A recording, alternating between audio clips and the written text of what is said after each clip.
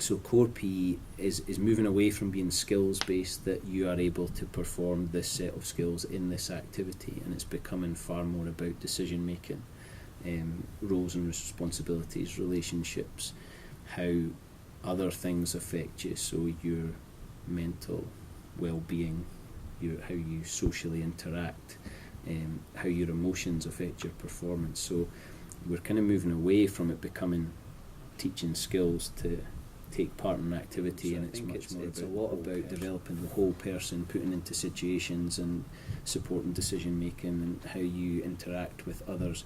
It's also a great experience because you're put into different environments with different situations and how you respond to that, and that's why I think we've moved more towards mental, social and emotional factors that affect your performance.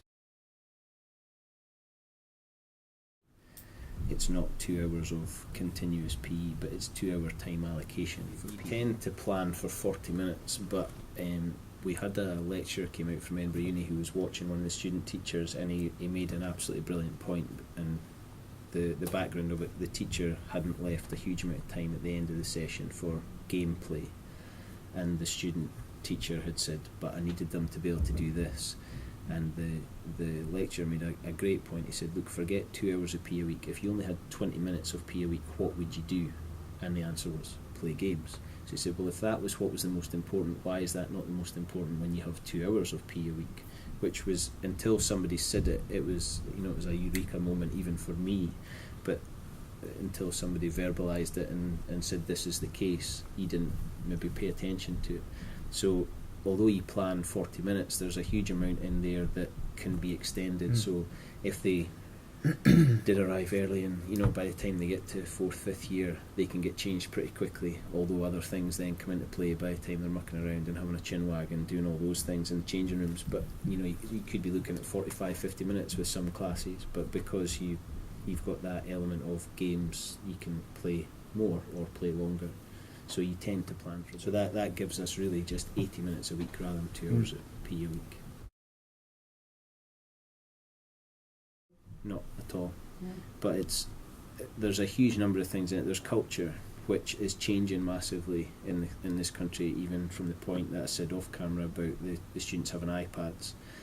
We made the PE department stamped their feet a lot because we were struggling to get students to stay back after school to take part in extracurricular sport, to play in the teams.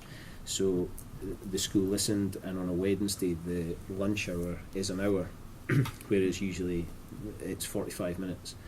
And that hour was planned that the first 15 minutes was for them to get changed. There was half an hour of club. Now, we wanted it obviously for PE clubs, for dance, football, fitness, dodgeball, badminton, we've got fencing, but other departments have to take on as well. So we have computer club, art club, the science department all have animals, all teachers have an animal, so some of the kids go up and look after the animals, clean the cages, feed them, whatever they need to do.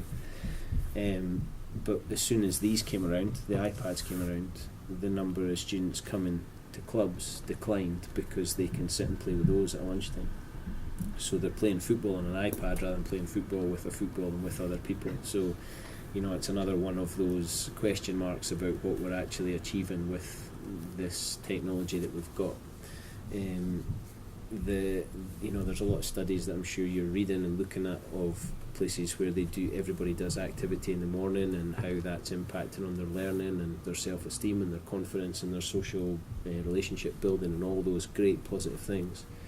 And that, and I might be able to find them actually before you go. I've got a presentation of somebody on, and I hope it's still there, who said, why do we not dance and run and sing every day? Because those are things that you'll do for the rest of your life, whereas there's a huge number of things in school that you might not necessarily continue. Now, that doesn't mean that they're not valuable, but we are now a department of PE, but we're part of a curricular group which includes drama and music.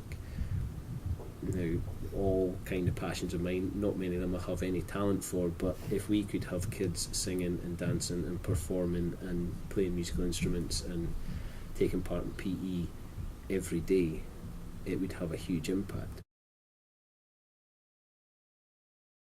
Primary schools are a massive frustration, certainly across the city, and from what I can gather elsewhere. My wife works in a private school. They have primary all the way through to obviously 18. My daughter is now in primary 1. She gets PE 3 times a week. She goes to ballet after school. They have a great play area. They have great facilities. They're getting PE delivered by a PE teacher. They have all the equipment a PE teacher could ever desire. They have a fantastic ethos, not just about PE, about learning, but PE is included in that. Primary schools in Edinburgh, the buildings are old. The gym halls are used for lunch. There's very little outdoor space. Now there is outdoor space, but there's very little outdoor space for sport or for PE or for activity.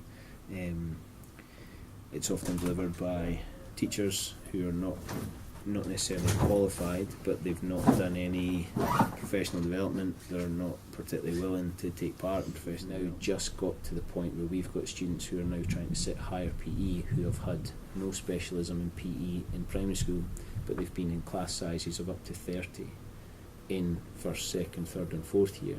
So the attention that a teacher can give in a class of 30 is obviously less than it is in 20, which it was capped at for the group that have just left. So we're finding quite a decline in the performance levels, effort levels, fitness levels of the students that we're now trying to get through SQA qualification. Also the organisational element, that there's a timetable and there's the other things that have to happen.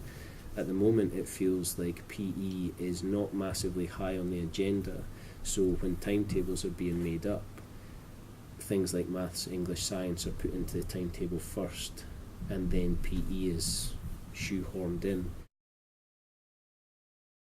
There's so much to suggest that someone who is good in this area can be good in this area.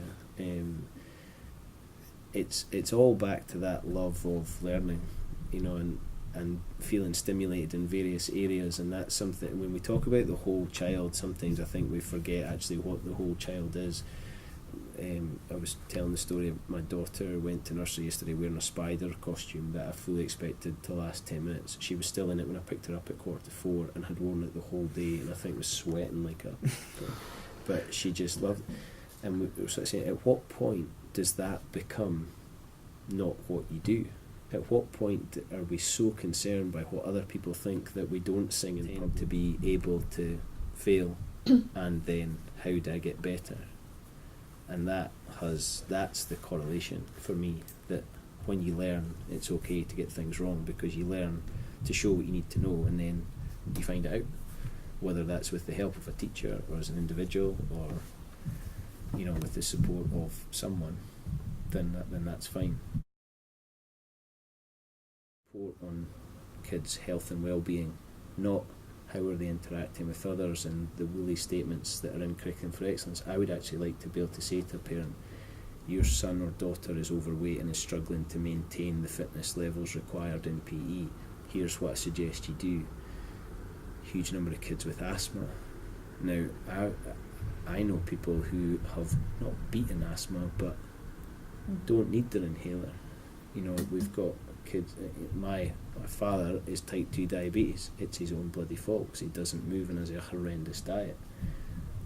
And you can see that coming for these kids. But it's, we've got a learning support teacher who can phone home and say, your son or daughter is struggling to read, they're this, they're that, can I screen them for dyslexia? But I'm not allowed to phone home and say, your son or daughter can't run, can't jump, can't throw, can't we're not in a position to give that feedback. And why?